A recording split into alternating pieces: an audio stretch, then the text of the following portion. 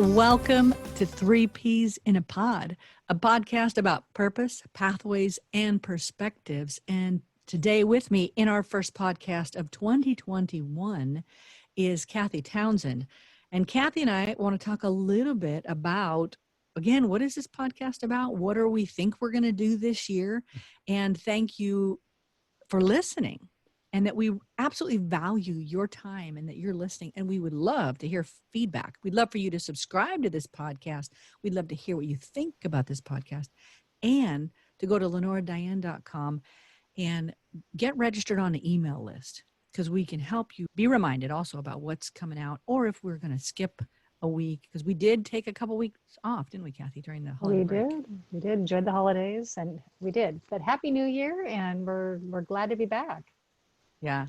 So this week we are going to focus on, for one, thank God we get the opportunity to have a new calendar every year. It doesn't mean everything's actually changed, but it sure feels like we dumped off a year we'd love to all pass on to from the past. I don't know how to say it. We'd love to be done with. Right.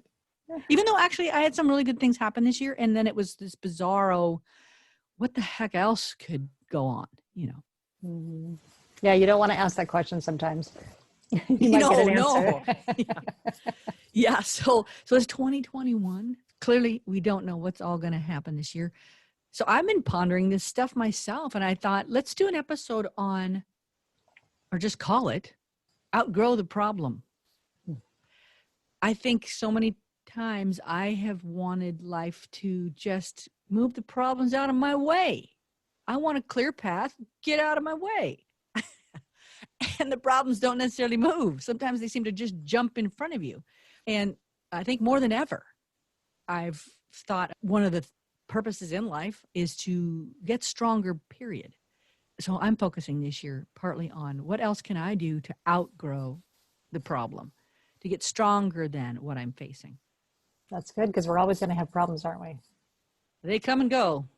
I hate to agree with that, but it's we do get some, don't we? Yes, we do. Yes, we do. So great. You think that there is a way that we can get stronger in dealing with our problems then? Is that what you're talking about? Yeah. Like I said, I often want my problems to just move out of my way.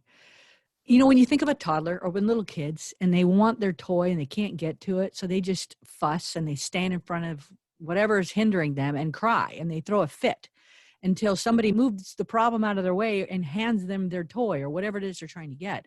And we can do that as adults. We just stand there and whine and wanting somebody else to move the problem out of the way. And sometimes that happens, and sometimes we maybe need to whine, and some people who are responsible need to get something out of the way. So that's never not, maybe the whining isn't good, but challenging someone else to stop hindering something is a good thing. But I think this year I'm focusing all the more on my ability to be creative, my ability to deal with the problem. Like, instead of crying and waiting for someone else to do it, I can say, if there's something in front of me, maybe I should learn how to be a hurdler. I ran track. I was never a hurdler. But you know what? It's tough to say that sometimes if you say it too fast. Hurdler. But jumping over a problem. Maybe I need to be better at getting over something. Or if it's a weight, become a weightlifter. Better be able to lift a little more weight. Or climb. Learn how to be a climber. Or make a tool. Get creative and find another way. So what responsibility can I take? What can I do? Oh, I like that we have some things we can do. Yeah. I mean, if you think about it, a human being is, this is from my background, and knowing that we're going to talk for a few minutes here on a couple of topics. There's so many things we won't say. And I always want to remember when we have this podcast, and I think I'm sharing an opinion that somehow I think is important for some reason. I think that there's an old saying that says we get it wrong nearly every time we open our mouths. So if something we say on this podcast helps you as a listener, take it. If not, just forget about it. Please. To say she wasn't even considering this perspective. Yeah, there's a lot I'll miss. So a few thoughts we'll put out here, but back to what I was going to say is, as a human being, I think we have a body, we have our soul, our thinking, our emotions, and we have a spirit. So I think we can do stuff with those parts of us to become stronger. Okay. So are we talking about body first then? Is that? Yeah, might as well, because I think we tend to know a little bit about that the most. Most people these days see people that, you get ads on any social media you have. Maybe I do, because I look up certain things, and then I get so many ads on something to do with, weight loss or exercise or whatever. So I think most of us have some kind of a perspective. Some people are experts. I certainly am not. But about, working out. What can you do to make yourself stronger? I think most people realize if you can't lift very much weight, well, you need to lift the smaller weights for a while. You do get stronger, and over time, you can lift heavier and heavier weights to at least a certain capacity. And so, physically, are we doing things to make ourselves physically stronger? So, talking about that first. And that can be exercise. Maybe it's taking a walk. There's a lot of things physically we can do, especially during this high stress time. I did a podcast not long ago with Dr. Jantz, who's an international expert on mental health. And he was saying when stress goes up, self-care goes down. So the simplest things we can do for our physical health, we tend to neglect when we're stressed. So for your body, you may need to make sure you're getting out, taking a walk. Are you drinking enough water? That is so simple and so easy not to do, and it really affects you. Now, like you said, are we going to talk about body first? And we have body, soul, spirit, but they are all connected. They're not completely separate. Each one of them impacts the other. So I think sometimes we think they're so separated, and we think it's just one thing's the problem. Well, usually they're tangled up together. Well, that totally makes sense. Yeah. So it's like I need to focus on what can I do physically, but then it doesn't stop there. So it's take a walk, drink water. I don't know. I thought of two things, Kathy. What else do we do physically? Diet. What we're eating. Yeah. What do we eat? What are we eating? I rarely drink soda pop with a lot of calories and stuff, because I just thought, hey, I can't do that like I could in my 20s or teens or whenever I did that. So what am I drinking that's healthy for me? Processed sugars is one of the worst things you can do for yourself or against yourself. So can you be better at finding things that taste good but aren't full of sugar? Anything to help strengthen myself physically. Yeah. So clearly this is not going to be an expose on what to do for your body, because we thought of three things. But who we are is all tangled up together, and think about that. What am I doing that can help myself physically? Okay. Well, I like that you said lifting weights that makes you stronger. And that's kind of what we're trying to talk about, is to being stronger in all of those areas of our lives. Yeah. And that, because when you think of your soul, I think your mind, your emotions, your will, that we don't necessarily think of that as something we need to work out like we do our body. People tend to know that if you want to get stronger physically, you got to do some actions to do that. Mm-hmm. I think sometimes we just expect ourselves to have a strong soul, a strong perspective, a good attitude, that we're somehow just automatically going to wake up with it or not. Instead, I am thinking more and more, and I have had pastors and teachers help me think more about what can I do to strengthen my mind, strengthen my emotions, but help my soul be healthier. Mm-hmm. So just who you are is not who you have to be, is what you're saying.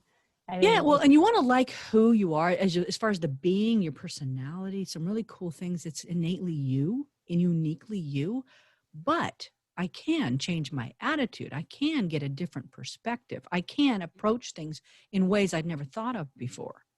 I remember taking an improv class years ago. I was trying to learn how to just lighten up, have more fun and I wanted to do some acting things at the time. And I took an improv class. And in improvisation, you have these games and you come at these games. And one of them was like a tag. Somebody came in, had a scenario. They played a character a certain way. And in improv, you just technically say, in quotes, yes. You say yes to the scenario. You jump in and you play off whatever they're doing. And you're making up a scene as you go. And then you'd have somebody tag one of the two people. They'd come in and start a new scene. All of a sudden, you're playing a new game. Well, in this particular case, I was in a scene with someone. I came into the scene. They were being very confrontive. And so I was, arguing back. And we had this weird little whatever scene. And then somebody tapped us I stayed in, they tapped the other person out, and they came in and came at me with a very strong, again, argumentative scenario. And I was like, okay, guess we're going here again. So I argued back. And the teacher stopped it and said, hey, no, Lenora, you're supposed to do something different. And I was like, well, but they did the same thing. That was like, clearly they're looking for a fight. and they said, well, no, you need to be different. And I, okay. And it was actually sadly, this epiphany, thank God it was a long time ago, where it occurred to me for the first time, I did not have to respond the way they were attacking me, the way that they were approaching me. And I took a totally different approach. It felt actually kind of unnatural. And we ended up totally shifting, having a very different conversation. And it ended up here's this improv game, and I get this epiphany that I don't have to respond the way that I think someone was responding, provoking me to respond. And I realized that truthfully in life, sometimes I would go down a comfort zone path of immediately put your emotional dukes up and you get defensive. And it was natural for me to, oh, this is what we're doing. Okay, I'll go down the self-defense path and fight you back with my words, instead of going totally a different angle, approaching it differently. And it was amazing how we had a very different exchange. And then we continued and went on and played these improv games. Mm-hmm. But that's a way you can strengthen your soul, is realize I don't have to respond the same way I've always responded to XYZ situation. And in improv, what was kind of fun is that it wasn't really real. And so you could change it and you weren't really threatened. It felt weird because it seemed like they were attacking you, but it wasn't a real attack. It was a pretend attack of an argument. But in our soul, there's a lot of different ways we could think about things. There's ways we could approach things differently, but we haven't worked that out. We haven't tried it before. And if you first tried it, it feels weird. But you can get good at it. You can get good at, well, I think this popped in my head. A soft answer turns away wrath. Mm-hmm. But angry words stir up a fight. I don't have to respond with angry words. It seems like, but it makes sense. Well, yeah, but you don't have to. So I don't have to get angry when somebody does yet another, to me, dumb thing that you see on the news or whatever. But beyond that, beyond my response, with my soul, I can strengthen myself by putting different conversations in my head. In improv, you got what somebody jumped in on, and I chose how I responded. But for me, I can't even hardly describe how little news I watch compared to a year ago. Mm-hmm. I didn't think I watched that much a year ago, but I started to when this thing was first going so crazy. And I watch so little because I can pretty much tell from the headlines where it's going to go, and I don't want to hear it. I don't want to stress myself out. Now, I don't want to be ignorant, and different people have different roles and things they need to be aware of. There's things I don't literally have to know everything, and I choose what I want to do. I'm choosing more and getting stronger at what I put in front of my eyes and into my ears. That is a workout. Okay, and that changes how you respond or react to different things. Conversations. Well, in some cases, it changes what's in my head to respond to. I don't need to know every argument going on. It's like there's another old saying that says, when you start arguing with each other all the time, be careful lest you devour each other. It tends to just get worse and worse and worse, and it just gets a bigger, messier fight. And just go, you know what, I'm going to exit this. I don't have to know all the arguments. I don't have to know. And that's not my lane. Yes, I want to know certain things, but there's a lot I don't need to know, and I'm not going to pretend I need to know it. So I'm going to make sure I'm protecting my heart. I'm going to have peaceful places. That doesn't mean I'm pretending everything's fine in the world and there's no problems. It's just I'm not going to make myself over anxious about stuff that makes no sense for me to dwell on. Right. And that impacts your sleep, that impacts your stomach, that impacts your relationships, that can impact so much of your health. So you're not as strong as you could be. Oh, yeah. And I typically, thank God, sleep very well. But I choose what I focus on. Yeah. Absolutely choose what I focus on. So, because I think sleep is valuable. I've had a couple of seasons in my life where I really did have a challenge with sleep. But I really focus on where I'm going to get my peace. And so then I can sleep, and I sleep well. I don't want to make that sound way easier than it is, because there's a lot of factors, and I'm not going to pretend I've dealt with what some people have dealt with that have challenged their sleep. Oh, absolutely. But I know what I can do and what I've done to help my own sleep, because I think it's incredibly important. Well, I Which think again, that puts the soul and body together. See, if I don't have peace in my soul, then it's hard to give my body rest. Mm-hmm. And And we if should do the things we can do to make ourselves healthier and to feel better and to be better. Yeah. Yeah. And I think you can get a real habit. You can get into a habit of thinking, the more you think about negative stuff, the easier it is to think about negative stuff. Mm-hmm. And we've had plenty of things to grab a hold of and focus on. So I get it. And I've been there. So I have to choose. And it's like a workout for my soul to say, I'm going to choose whatever's good. This jumps over to the spirit side, whereas, because I'm a Bible girl, where you go, okay, it says whatever's good, whatever's praiseworthy, whatever's virtuous. Think on those things. It's a choice. And so I've had to go, and it really helped me to say, whatever's good. Well, you go, well, there's not much good. Well, is there something good? Focus on that. I tell you, it's a choice, though. But the more you choose it, and the more you find out that life feels a lot better when you can choose it. And again, I'm not pretending that there's no problems or nothing to solve. But I can certainly choose what I'm going to focus on and what I'm going to use, whatever I can do, of a step I can take, something I can do, something that did happen well, whatever. Right. I know I'm keeping this really simple, but sometimes simple really helps me. Right. Small steps can make a big difference. Yeah. Well, you add them up and eventually you get somewhere, you keep taking steps. Good. Right. That's good. And time's going to go by. I want to get stronger. One way or another, time's going to go by. So I might as well keep taking steps to get stronger. Okay. So what about relationships? That's been tougher this year too. You either were kind of put in a quarantine with a bunch of people or kept away from a bunch of people by being quarantined. Yeah. So there's so many different scenarios and versions going on. For me, I at times have been around people a lot and other times the opposite. So you have to choose to make connections. You have to choose to reach out, choose to let people in, choose to share when you're struggling.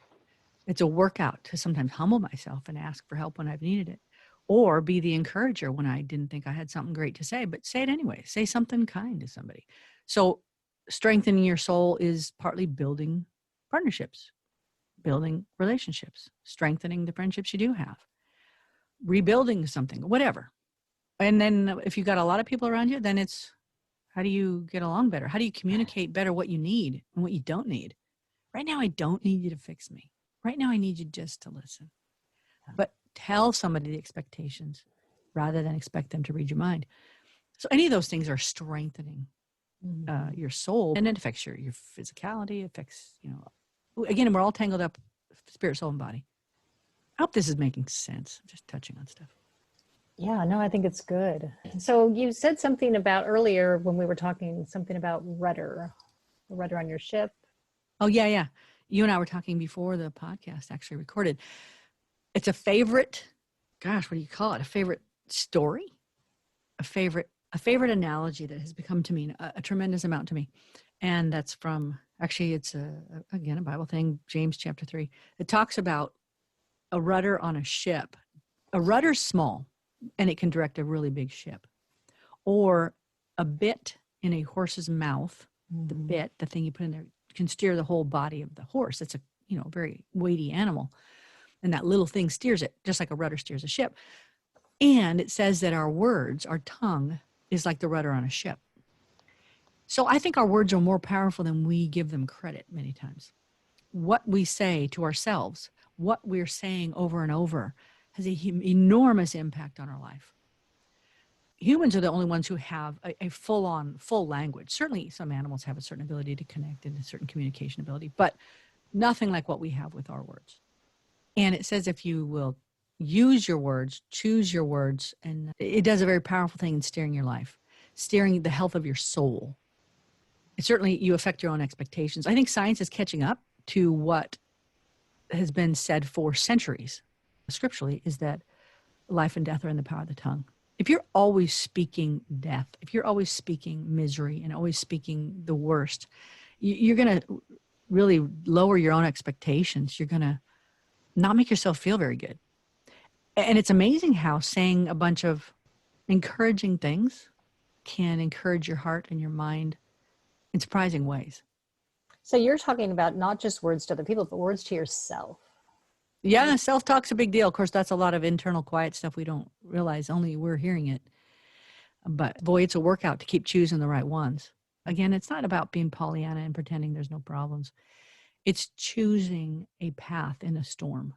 It says a rudder on a ship can steer a ship even with very strong winds if you're a skilled captain. So we can get skilled with our words to say things that can really help us in the midst of a very difficult time in life. So it takes some skill. It takes some choices, but it really can make a difference in how we see ourselves, how our hope is, what we think is possible, how we help ourselves be open to what's possible. So it's just powerful. So maybe replacing negative words or words that we've always said or have been said over us, replacing those with something more positive, something that... Yeah, that brings up a good point, because I don't know what the listener or whoever, I don't know how you were raised, or if you were told what you can do anything, you're so smart, you're so beautiful, I just love you, you're so valuable. Someone who is given those words over and over again has a lot to work with in hope and to fight against problems. If someone was told, you're not valuable, I didn't want you, you're ugly, oh my gosh, those are horrible words. And you hear something enough, especially if it was someone that was an authority in your life, you will begin to believe it. Yeah. And what you believe can be so destructive. If you were told you're not valuable, I don't care who said it, they were wrong. So you have to get around people, put words from somebody who's, maybe it's a motivational speaker or a pastor. You get some words into your ears, into your heart, that tell you the truth, which is you are valuable. You do have hope. You can get through this. There can be solutions. It's a big difference. Absolutely a massive difference, what you hear and what you believe. Right. Words are powerful. That's good. We just kind of assume we've all heard the same basics. So we all think, well, why come I'm encouraged and they're not? Well, I don't know what's going on in their head. I don't know what was said all their life about them. And it's a big deal. So if you weren't given words, great words about who you are, and obviously life takes work and choices, and we have failures, and we have to forgive ourselves. We have to sometimes go, wow, I really screwed that up, and I have to forgive myself, and maybe that really was something stupid that I did. But that doesn't mean I am always that person. Just go, no, I can make a different choice. I can recover. I can rebuild. All of a sudden the Bionic Man comes to mind. We can rebuild him. We have the technology. Wow. I'm that old. $6 Million Man, if anybody knows that reference. Anyway, words matter. Words matter. That's great. And, our God loves us, and he cares about us, and he speaks good things over us. And we need to know that. We need to just be aware that, there are some really good things that are spoken about us by him, our creator. And that's so much more. That should matter more than what somebody else maybe has said in our past. Well, that jumped right into the spirit, huh? And from our reference, being the Bible girls that we are, meaning that we like the Bible, we think it actually is a book that's God's words, even though it's written by a bunch of different people over centuries. And the principles are powerful. They're amazing. And I have sunk into that as the source of my rudder. In other words, I'm going to get the dictionary for what I choose. If the dictionary is the right word. I don't know what the right word is. My source from where I'm going to say, what is my value? What is the hope of life? What is the point of all kinds of stuff? What are the ways to do things? And how do you get out of failure? All those types of things. I go back to the source that I've sat on and decided, after plenty of studying and research, that that's for me. And I'm convinced, and I don't, whether you're convinced or not, that's where I'm going to sit for my soul. So, So when you say what God says about me, we're going to that source of what the Bible says. Right. And it's funny because have you heard a lot of people say, I don't understand the Bible. Well, the truth is most people don't read it, very much of it.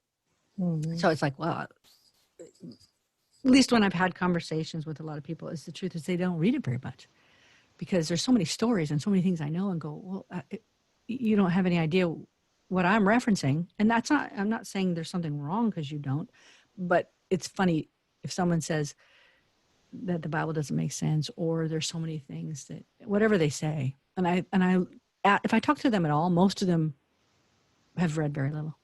Just haven't read Or it. haven't studied it. And some people say, well, I don't have to study it.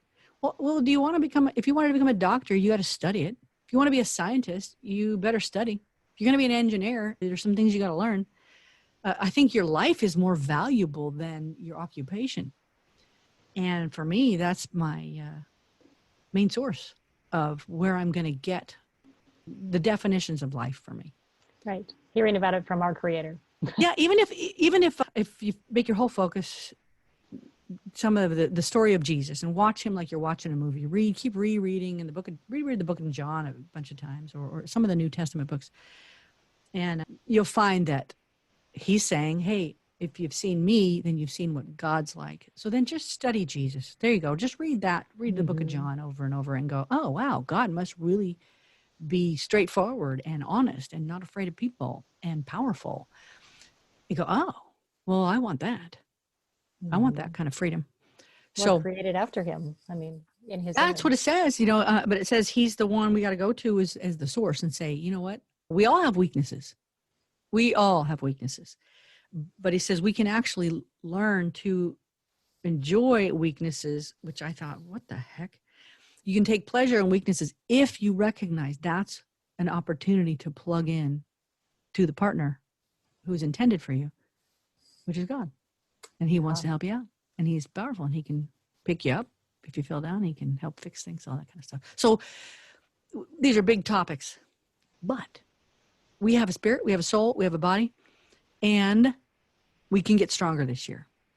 That's good news. Woohoo. I mean, let's do that. Yeah, because I can't guarantee anything else. I don't know what all we're going to face, but I am going to focus on what I can control. And I can at least control my choices. Did I make this way too simple? I don't want to pretend that getting through these challenges is just crazy easy. Well, no, it's not. But there are some things that we can do, small steps we can take that get us further, that bring us closer, that make us stronger. Yeah, and I think that we have a lot more potential than we often realize. But you need hope. If you have a desire, you're going to get up and do something. So you need hope. You need hope for a good future. But as a human being, our creativity and the potential is profound. So let's work it out, get stronger, and make this the year of getting stronger than the problem, outgrowing the problem. It's good. Well, we hope you have a good week. And please do subscribe to the podcast. The episodes will vary quite a bit. Again, sometimes it'll be an interview. Just someone's career story that's very different from us. So thanks for listening. Thank you, Kathy, too. Thank you. And thanks for listening to 3 Peas in a Pod.